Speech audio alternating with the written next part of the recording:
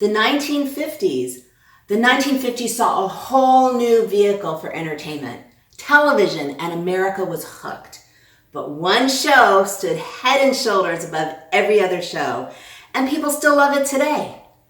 You know what it is.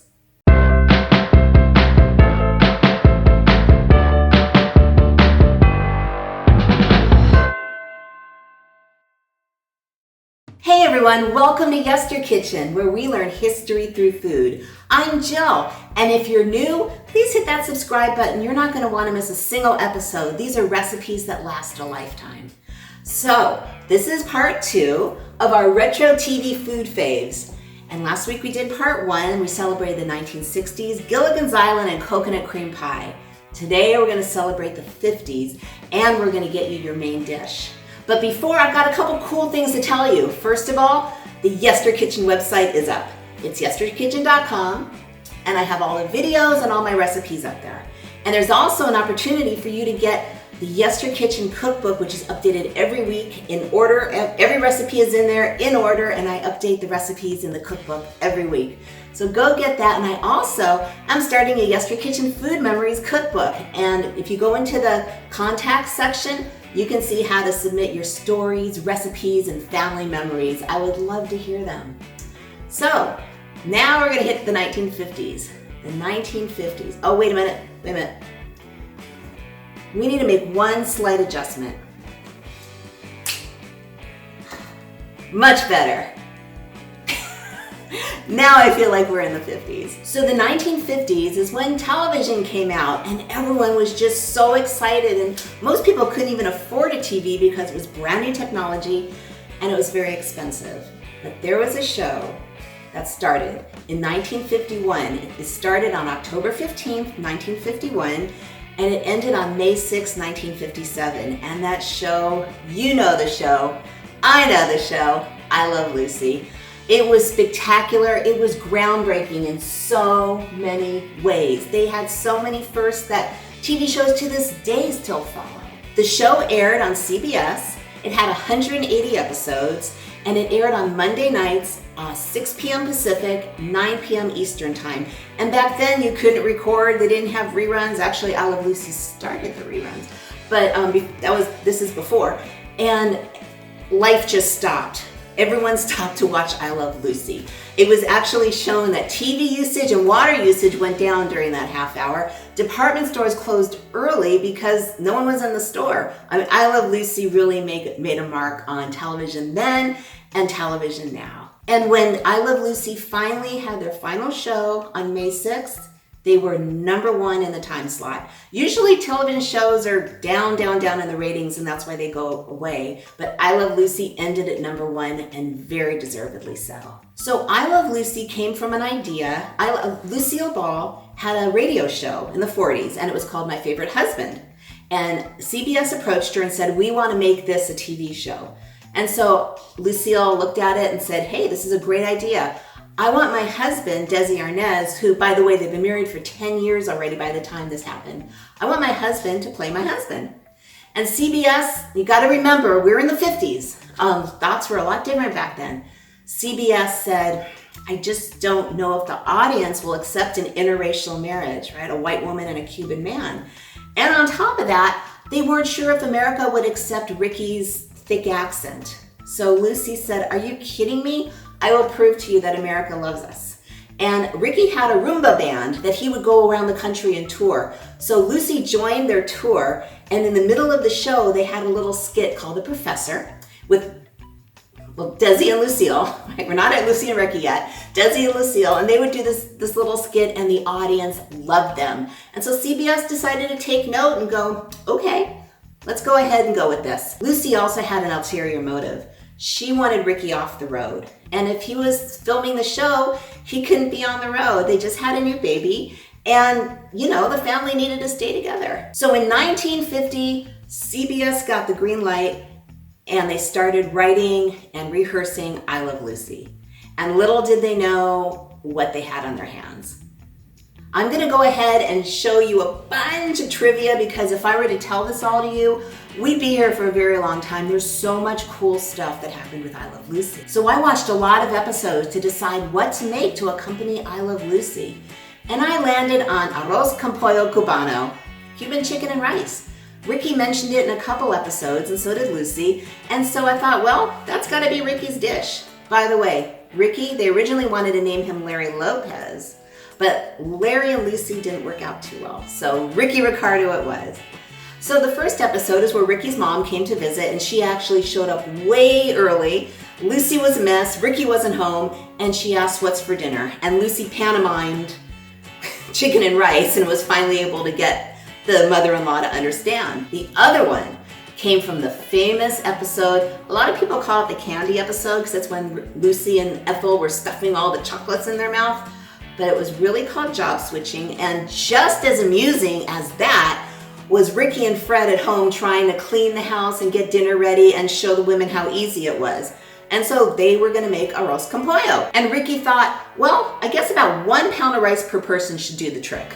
So if you haven't seen the show in a while, go back and watch it. There's rice everywhere. There's chickens falling from the ceiling.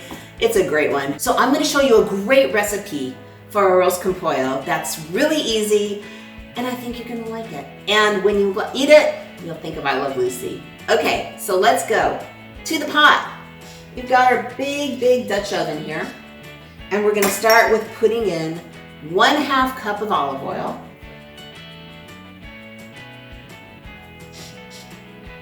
And then we've got 8 chicken thighs. We have the skin on, the bone in. You can have half chicken thighs, half drumsticks. It's an all dark meat dish, so because it's just so much juicier.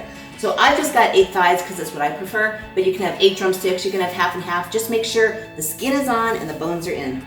And what we're gonna do is we're gonna put it in our pot. And we're just gonna let it brown for a little bit. While we're doing this, I'm gonna tell you about the name I Love Lucy, the show name. Where did that come from? Well, originally they were toying around with Lucy Loves Ricky or Ricky Loves Lucy, but then I don't remember the name, but a genius executive at CBS decided, why don't we call it I Love Lucy? And that way no one's really first. You know, like Lucy and Ricky, Lucy would be first, Ricky and Lucy, Ricky would be first. And this way no one would be first because if I Love Lucy is obviously is Ricky saying it, and it's obviously about Lucy. So they're like both first. Genius. That's where the name came from. So I'm gonna put my pot holder on because this thing is hot. And I'm gonna let this brown. So it's gonna take maybe about 8 or 10 minutes. Not gonna keep you hanging. We'll be right back when it's ready. Okay, so our chicken is browning. Check it out. And you just want the outsides cooked. You're not looking to cook it through. That's gonna happen later when we cover and simmer the thing for a while with the rice. So, and I know you're looking and going, that's a lot of oil. Well, like I said, these are retro recipes. Oil, butter, cream were just not a consideration. So this is like not everyday eating. This is special, try it once a month cooking, but it's fabulous. Okay, so we've got our chicken starting to brown. It's browned. So what we're gonna do is we're gonna take the chicken out and just put it on a plate. And so while I'm doing that, have you ever watched I Love Lucy? And you know, they had a live audience. They never had used a laugh track. That was because Lucy worked best in front of a live audience. And did you ever hear like a woman's voice kind of going, uh-oh, in the background? Well, that was Lucy's mom, Dee Dee. She was at every single taping and sometimes couldn't contain herself. And I don't think anybody minded. Okay, so there's our chicken. Now we're gonna add some veggies to the party. I have 1 cup chopped onion. I'm sorry, not 1 cup, 1 onion chopped. See, I get so excited doing this retro stuff that sometimes I don't think. And I have 1 red pepper chopped up. As you can see, they're chopped pretty fine. And we're gonna stir that around.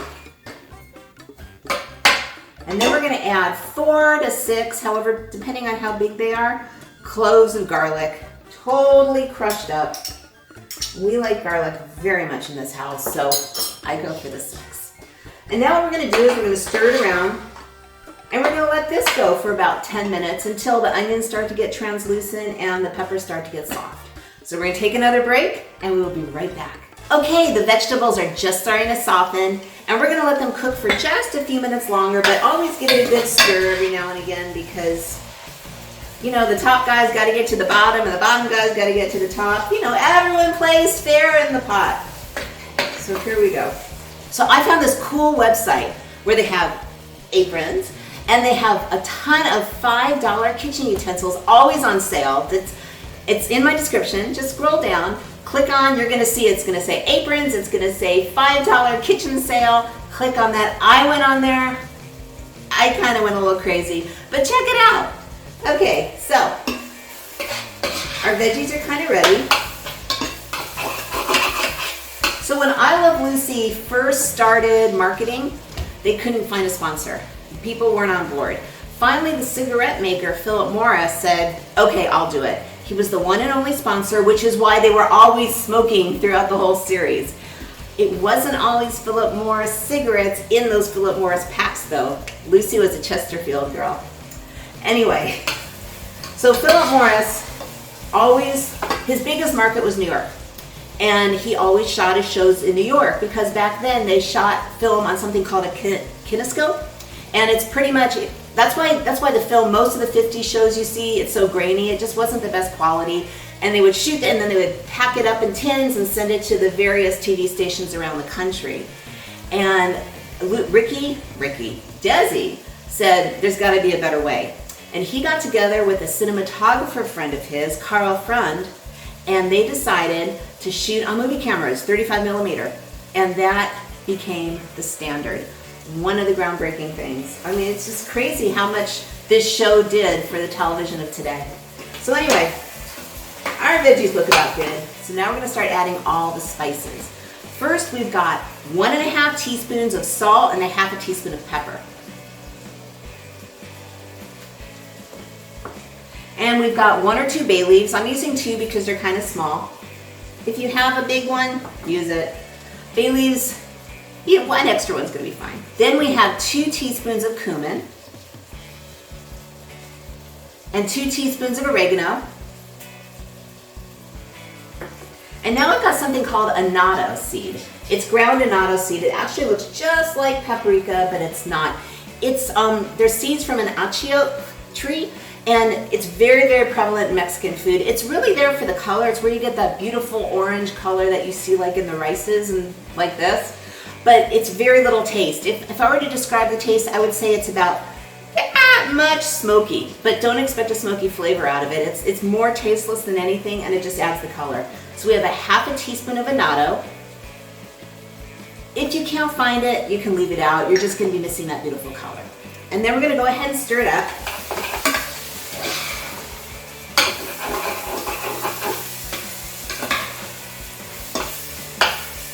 And now we're gonna add an 8-ounce can of tomato sauce. Keep stirring. Then we've got 2 cups of chicken broth or chicken stock. I use chicken stock, use what you like. Finally got quiet in here.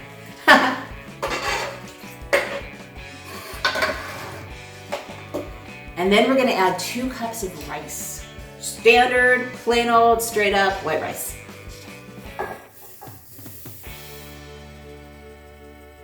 Okay. Then once everyone is happy and mixed together, we're gonna add our chicken back in the pot. And what we're gonna do is we're gonna cover it, turn it to low. Well, first you're gonna bring it up to a boil. Then you're gonna turn it to low. And you want all that chicken juice in there, that chicken broth, because it's real chicken broth.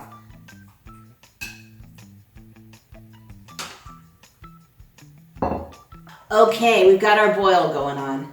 So you just wanna stir this a little bit, just so, oh my God, it smells so good in here.